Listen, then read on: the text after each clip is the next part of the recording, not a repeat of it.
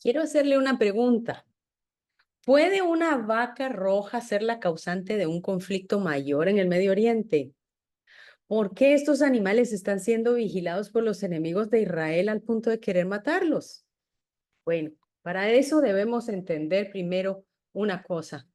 Esta situación de la vaquilla roja o la novilla roja compete a las tres religiones abrahámicas, a los judíos, a los cristianos y a los musulmanes.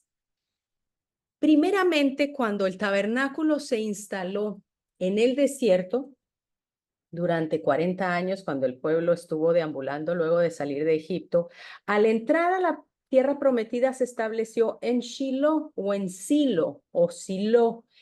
En esta ciudad donde estuvo el tabernáculo, estuvo durante 369 años desde la época de Josué. Estaba a unos 16 kilómetros al norte de Betel y fue la primera capital del reino de Israel. Cuando ya se asientan y se establecen en Jerusalén, edifica Salomón el primer templo y este es destruido por los babilonios en el año 586 a.C., justo en el mes de Ab, el día 9. Regresan de la cautividad de Babilonia y es reconstruido y luego remodelado otro templo por Herodes. Y por eso se le llamaba el templo de Herodes. En esta remodelación incluyó muros de retención o de contención para extender el área alrededor del templo.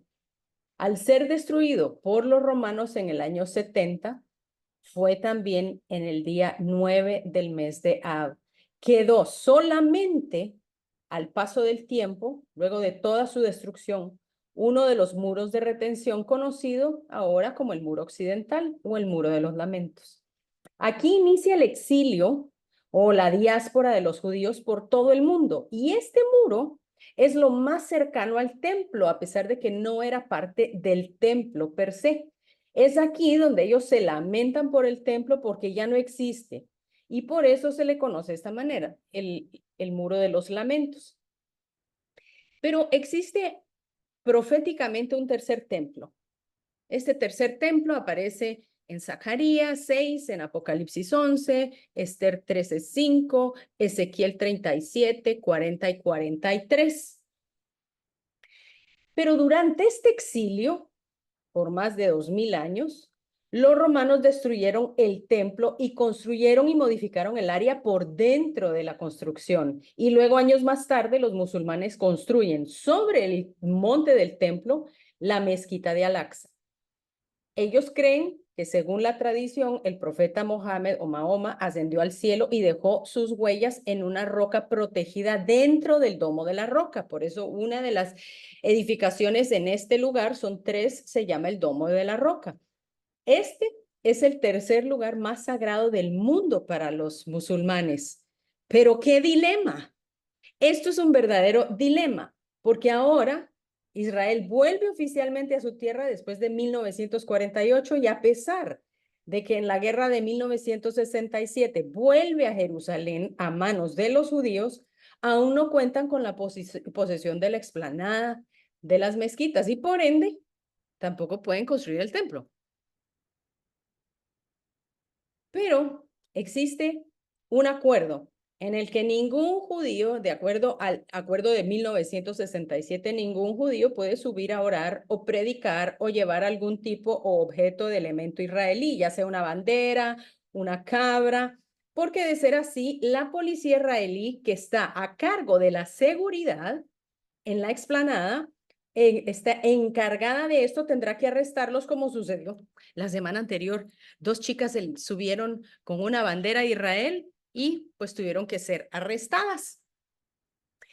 Aún así, los palestinos han amenazado con una sublevación o una revuelta y lo han logrado en varias ocasiones. En el año pasado, antes de la guerra, desde el inicio del año, hubo muchísimas revueltas que la policía tuvo que contener en este lugar exactamente. Ahora, los musulmanes creen que si se diera la construcción del tercer templo, su lugar santo sería profanado.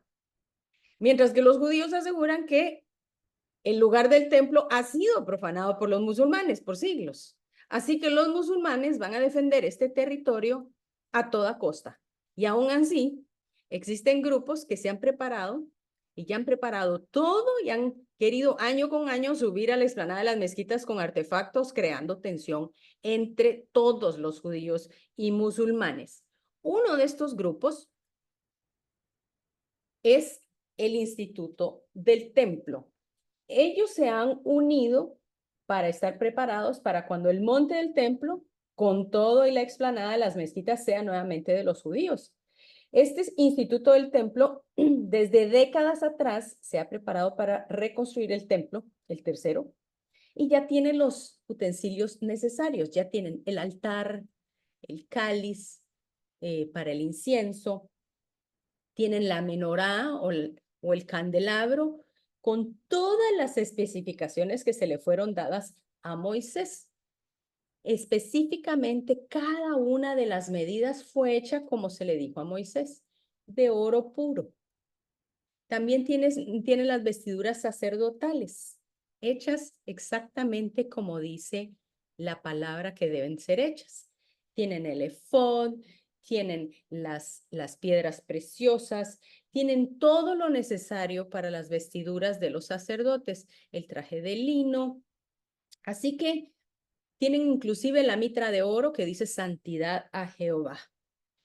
Pero antes de poder construir cualquier cosa, tienen que pasar por un ritual de purificación para santificar, o ya sea limpiar a todos los que tengan parte en el servicio del templo. De acuerdo a la ley, se debe purificar a todos los que han tocado algún animal muerto o algún cadáver de humano. Y debe de ser iniciado por los que van a tener que estar trabajando dentro del templo, ya que la muerte es la peor forma de impureza para un hombre. Y para esto se sacrificaba una vaquilla roja, se inmolaba y estas cenizas se dividían en tres partes. Una se dejaba en la rampa donde era sacrificada. Aquí vemos esta rampa es temporal, pareciera un altar, pero es una rampa en donde se sacrifica a la novilla.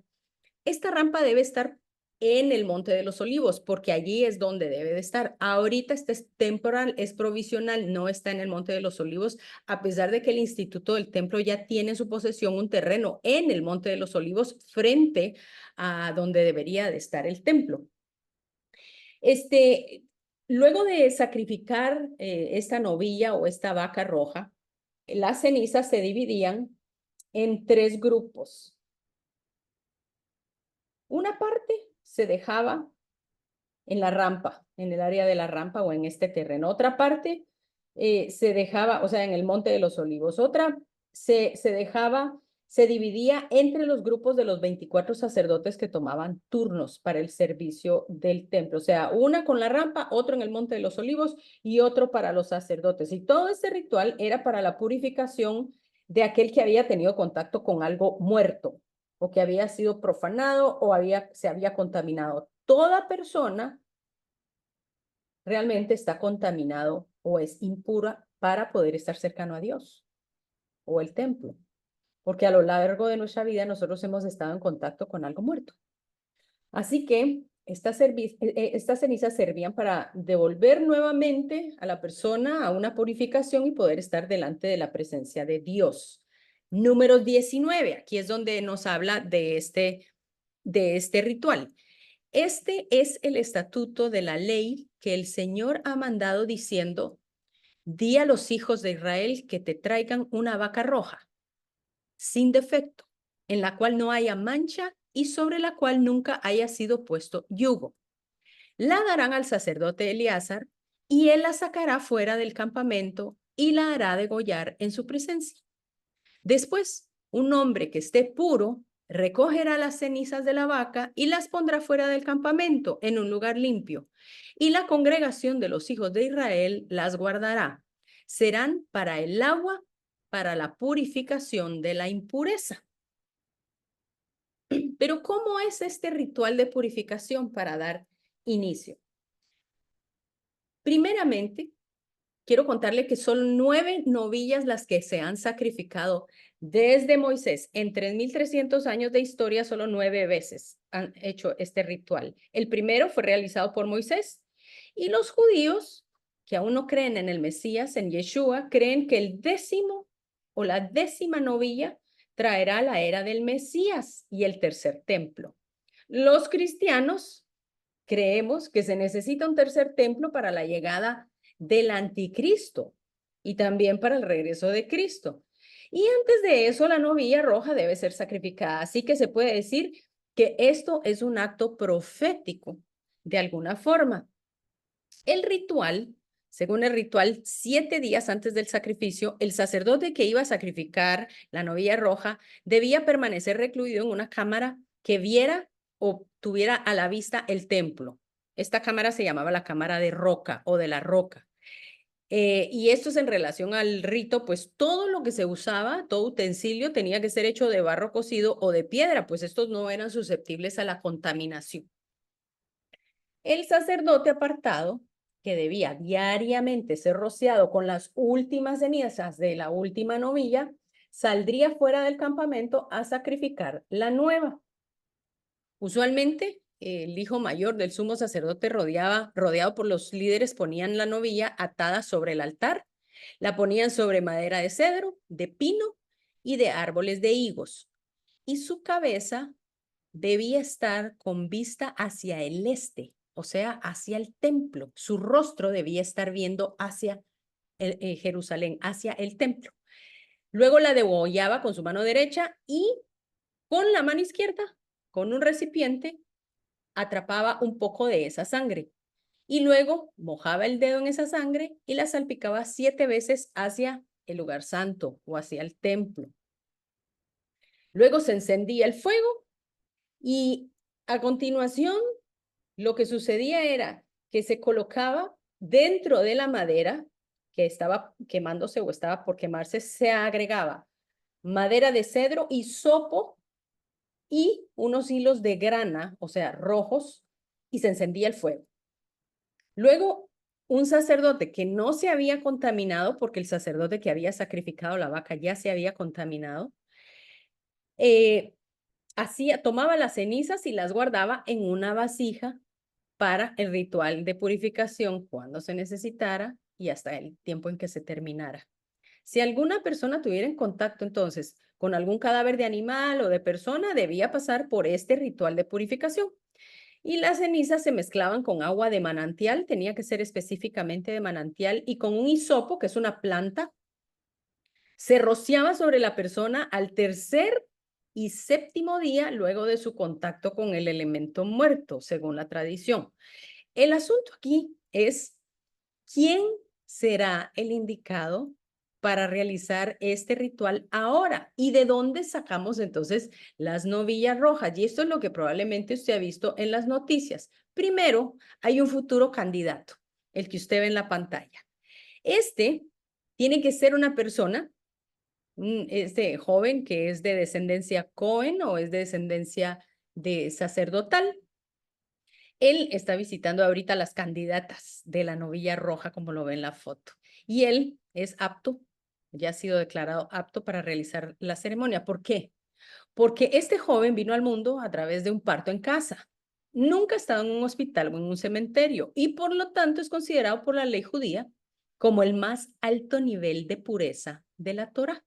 Nunca ha contraído impureza impartida por el contacto con un cadáver.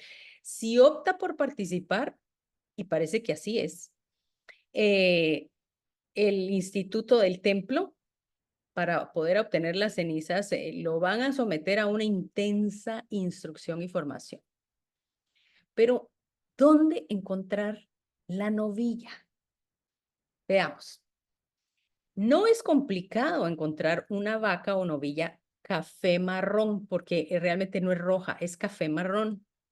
Lo difícil son los requisitos, porque para empezar tiene que tener entre 2 y 3 años de edad. Ya le voy a explicar por qué.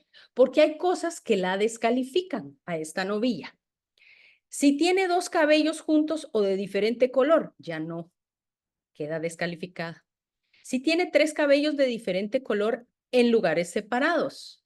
Esto incluye sus patas, sus cachos, pezuñas y pestañas. Todas tienen que ser café marrón.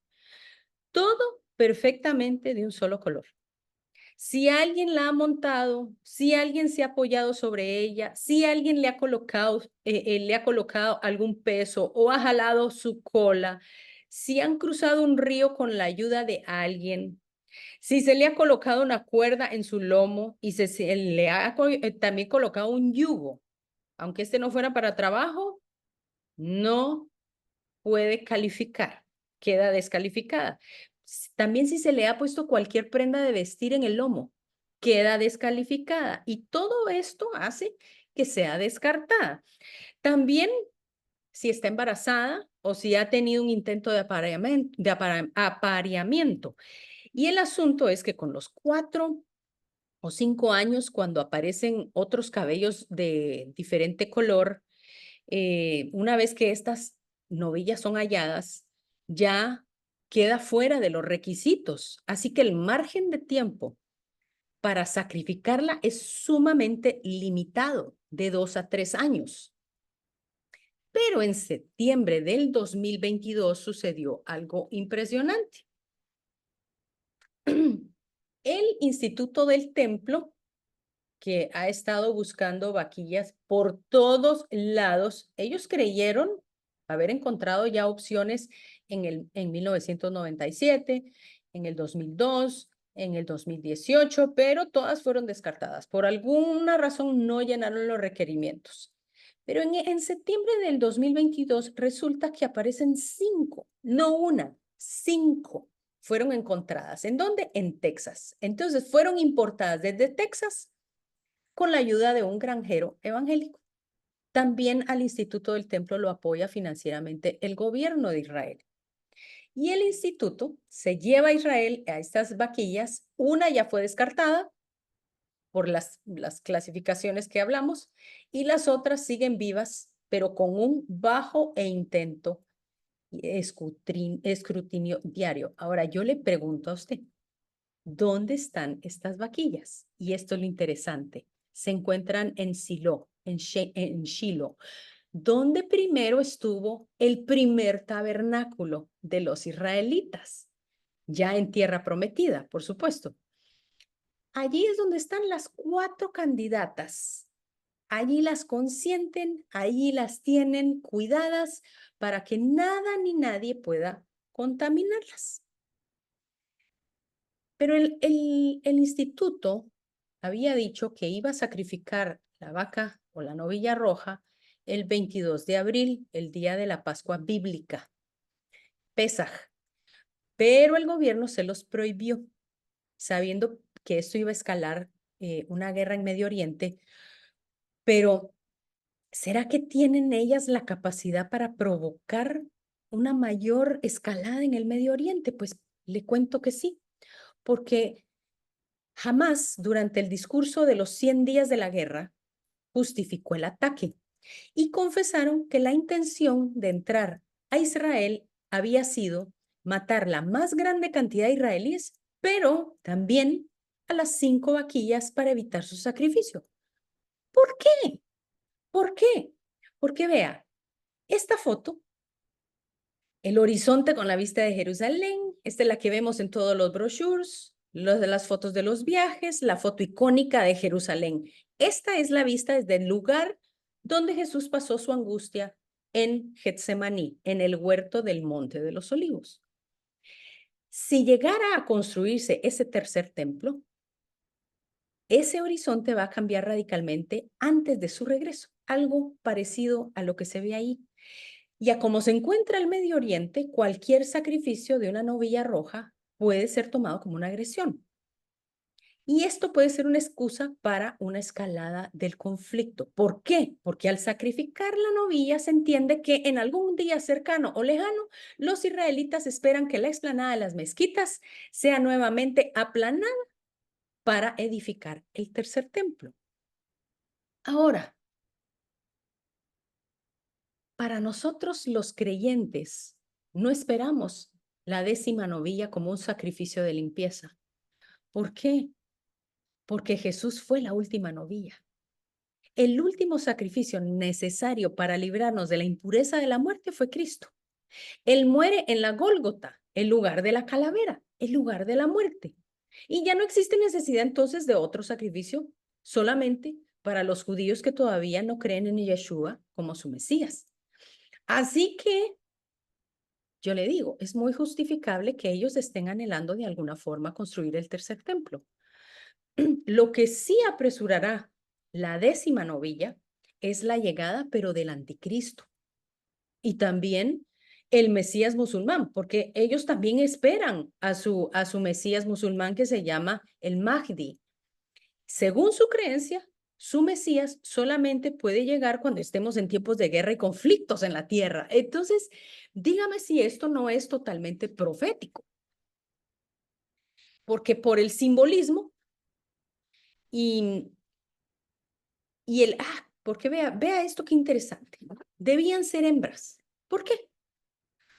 Porque justo este mes que estamos celebrando en mayo, el mes de la madre, el simbolismo de poder tener la capacidad que tiene una hembra y las mujeres de dar vida a otro ser, el poder dar vida a un ser humano en nuestro vientre es sombra de aquel que al nacer nosotros de nuevo nos dio el regalo de la vida eterna. Por eso Jesús es representado en esta vaquilla. Pero recuerda los 3 elementos que eran necesarios. Eran necesario el cedro, el hisopo, la escarlata. Si bien el cedro tiene cualidades preservantes para la descomposición, la hierba del hisopo no solo tiene cualidades de purificación, sino también es un símbolo de la purificación. Pero el más curioso es el escarlata, de donde sacaban el elemento rojo. ¿Por qué? Porque este elemento, el color rojo de la lana escarlata que tenía que ir dentro del sacrificio, era obtenido en Israel a través de un gusano. Se le dice gusano porque cuando muere, no nace gusano, pero cuando muere, muere como un gusano, porque él pierde sus patas en el momento en que muere. Y se encontraba en un roble, un tipo de roble en Israel. Y de ahí se obtiene el rojo carmesí después de ser triturado. Pero mire, este gusano hembra subía con patitas al árbol, pero ya en el árbol pierde sus patas. Y así también pierde su capacidad para caminar como lo hizo Cristo en el madero. Luego colocaba sus huevos sobre el tronco, se adhiere sobre el tronco, sobre los huevos y muere sobre el tronco protegiendo la vida de sus huevos hasta que nace una nueva generación. Inclusive, cuando se corta el árbol, dice que se pueden ver las marcas carmesí, las marcas rojas de este gusano que murió en ese madero para dar nueva descendencia. Vamos viendo entonces la imagen de Cristo. Por eso entendemos este Salmo 22, que es un salmo profético del Mesías. Dice, mas yo soy gusano, gusano y no hombre, oprobio de los hombres y despreciado del templo. Así como anunció David el sufrimiento del futuro Mesías en este salmo, por eso la becerra debía ser roja, en alusión a la sangre de Cristo, porque tanto la becerra como el gusano debían morir para poder dar vida. Pero hay algo todavía más simbólico, y es que este sacrificio es el único que se hace con todo el animal, hasta el estiércol y todo lo que está dentro de sus entrañas, por completo.